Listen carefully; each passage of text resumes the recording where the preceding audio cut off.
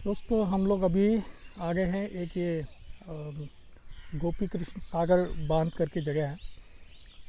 तो मैं आपको ये जगह घुमाऊंगा क्योंकि जगह बड़ी अच्छी है और जब भी मैं इस एरिया में आता हूँ तो मुझे लगता है कि आप लोगों के साथ में ये जगह शेयर करनी चाहिए। तो शाम को टाइम था, आज गर्मी ज़्यादा है, मौसम मेरे ख्याल में 40 के आसपास में टेम्परेचर था दिन में। तो मुझे लगा कि एक बार आपको ये जगह घुमाई जाए। तो मैं और हम लोग की फैमिली के लगभग सारे मेंबर्स हैं। सब इधर आते ही सब अपने अपने इधर उधर निकल गए, बच्चे क्रिकेट खेलने निकल गए और मैं सोचा कि मैं एक ब्लॉग बना देता हूँ। तो चलिए टेम्परेचर बहुत था, धूप भी बहुत तेज़ थी। आते आते थोड़ी सी धूप अभी कम हुई है, सूरज ढलने वाला है, शाम का मौसम है और आपको है ना आसपास चिड़ियों की चहचहाट सुनाई दे रही होगी यार। तो बहुत सारे आपको पक्षी देखने को मिलेंगे। हालांकि कैमरे में मैं कैद नहीं कर पा रहा हूँ, लेकिन मैं आपको बताऊंगा कि अगर कहीं मौका लगेगा तो मैं आपको दिखाऊंगा कि कितने सारे तरह तरह के पंछी इस एरिया में दिखाई देते हैं। तो चलिए मैं आपको ये डैम घुमाता हूँ, यहाँ का आसपास का एरिया जितना कवर कर पाऊँगा मैं आपको कवर करके बताता हूँ। आइए साथ में।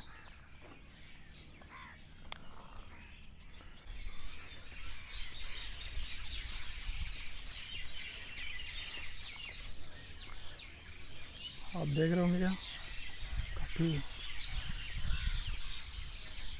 गिरगिट वगैरह सब आपको देखने को मिलेंगे। और देखा तो मैं दिखाने की कोशिश करता हूँ यहाँ पे, ये देखो।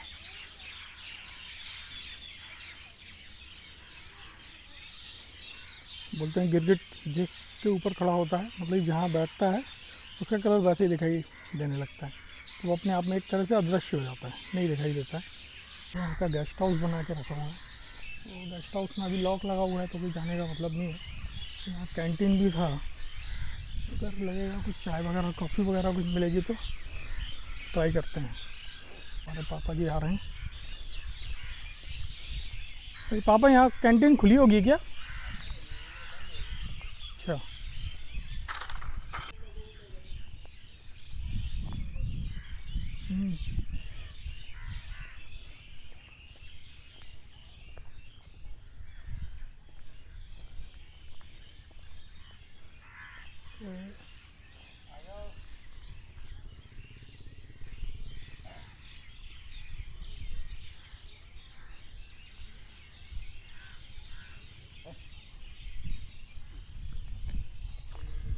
हाँ, इन लोगों का टीम आ गया क्रिकेट खेलने। इन लोगों को स्पेशली क्रिकेट खेलने ये लोग यहीं आए हैं। शुभ, क्यों नहीं खेल रहा है था? ऐसे कैसे, इतनी बड़ी अच्छी बना के रखी हुई है। रानू चाचू भी हैं, पापा हैं। शाम के बाद में रात जल्दी हो गई। मैं जब हम लोग घर से निकले थे तो इतना अंधेरा नहीं था, धूप थी बहुत ज़्यादा। तो मैं तो इवन गाड़ी चला के आ रहा था तो सन ग्लासेस लगा के आ रहा था। और जैसे ही धूप ख़त्म हुई और इधर रात हो गई। आसपास आम के काफ़ी ज़्यादा पेड़ लगे हुए हैं और ये देखो रेड कलर के पलाश के फूल लगे हुए हैं। पलाश का पेड़ है ये। साथ में पीपल का पेड़ लगा हुआ है, एकदम बड़ा अच्छा, देखने में बड़े अच्छे लग रहे हैं। ये आम के पेड़ों पे भी बंदर बैठे हुए हैं। तो मैं ज़्यादा कोशिश नहीं कर रहा हूँ उनको दिखाने की, क्योंकि उनको कैप्चर करते हैं तो वो लोग कभी कभी नाराज़ भी हो जाते हैं बंदर लोग।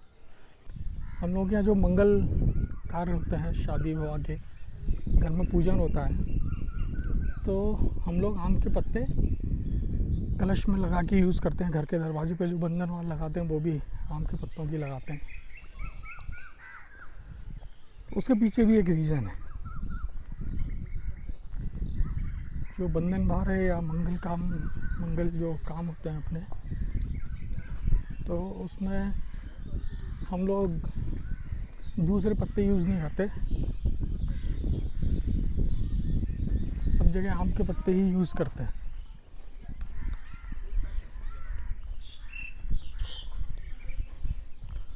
तो आम के पत्ते क्यों यूज़ करते हैं, इसके पीछे एक रोचक एक कथा नहीं कहेंगे उसको, एक मतलब मुझे कहीं से मालूम पड़ा था, मैं उसको क्या नाम दूँ नहीं समझ में आ रहा, कि क्या होता है कि जब भी हमारे यहाँ मंगल कार्य होते हैं, शादी विवाह पूजन, तो हम लोग आम के पत्ते यूज़ करते हैं। आम के पत्तों का यूज़ करने का केवल एक ये विचार है कि प्रकृति में ऑलमोस्ट जितने भी पेड़ पौधे हैं, तो जब पतझड़ का मौसम आता है तो मोस्टली जो सारे जो भी पेड़ पौधे हैं उनके ऊपर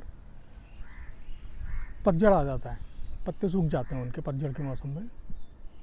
और प्रकृति में आम एक ऐसा वृक्ष है कि पतझड़ के टाइम उसके पत्ते नहीं गिरते, सूखते नहीं है आम के पत्ते। अगर आम के पेड़ को कोई बीमारी ना लगा हो तो आम का पत्ता पतझड़ के मौसम में भी हरा भरा रहता है। तो यही एक संदेश है कि जैसे हम आम के पत्ते यूज़ करते हैं, तो हम ऐसा मानते हैं कि आम के पत्तों की तरह, आम के वृक्ष की तरह हम लोगों का जीवन भी हमेशा खुशहाल रहे, हमारे जीवन में कभी पतझड़ ना आए। तो शायद ये सोच के, ऐसा विचार कर हमारे जो पूर्वज थे, हमारे जो संस्कृति के धरोहरकर्ता थे, उन लोगों ने संदेश दिया होगा और आम के पत्तों का प्रचलन तभी से ही शुरू हुआ होगा। तो ये बड़ा रोचक बात है और सुनने में बड़ा अच्छा लगता है। आपने देखा होगा कि जो भी हमारे तस्वीरें हैं भगवान की, उनमें विष्णु भगवान की नाभि से ब्रह्मा जी की उत्पत्ति होती है, तो उनकी नाभि से कमल निकलता है और कमल में ब्रह्मा जी बैठे हुए हैं। तो लोगों के दिमाग में क्वेश्चन आता होगा कि ब्रह्मा जी को कमल पे ही क्यों बिठाया? आप गुलाब के फूल पे बिठा देते, गेंदे के फूल पे बिठा देते, दुनिया में इतने सारे फूल हैं अच्छे अच्छे सुंदर सुंदर, उनके ऊपर बिठा देते। तो उसका एक जो आंसर है जो मेरी समझ में आता है वो ये है कि प्रकृति में कमल जो है, उसका जो बीज है कमल का, वो नष्ट नहीं होता है।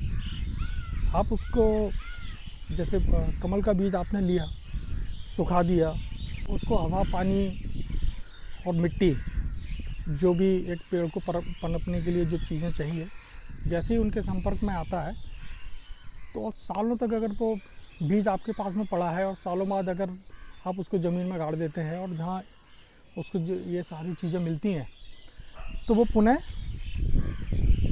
अपने मतलब वो जीवित हो जाता है और उसमें से पौधा निकल आता है। तो ब्रह्मा जी का संबंध चूँकि जीवन से है, तो जीवन कभी ख़त्म नहीं होता है। तो यही एक संदेश देते हैं ब्रह्मा जी कमल के ऊपर बैठ के। तो जैसे कमल का पौधा कभी नष्ट नहीं होता, कमल के बीज कभी नष्ट नहीं होते हैं, कमल का बीज कहीं भी गिरेगा, सालों साल तक आप उसको रखे रहो, नष्ट नहीं होगा। जैसे ही वो गिरेगा तो फिर से जीवन की उत्पत्ति होगी। तो ऐसे ही ब्रह्मा जी भी अमर हैं, कमल के फूल की तरह। तो जो राघोगढ़ जगह है, इसके आसपास 2 डैम मैंने आपको बताए थे, जो बहुत नज़दीक में है। देखो पानी की आवाज़ आपको आ रही होगी, इसमें से पानी जाता है उस तरफ, अभी दिख नहीं रहा है, सुबह दिखाई देगा। ये ऑटोमेटिक गेट है।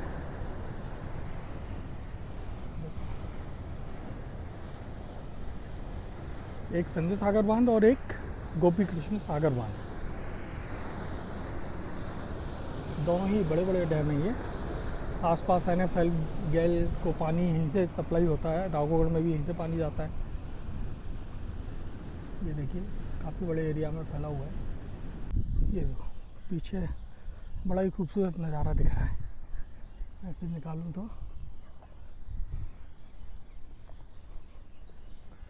चलिए रात होने को है, चलने की तैयारी करते हैं यहाँ से।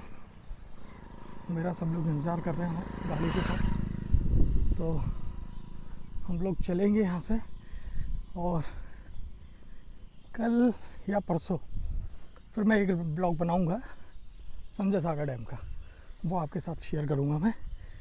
तो चलिए दोस्तों, फिर मिलेंगे। जय सिया राम।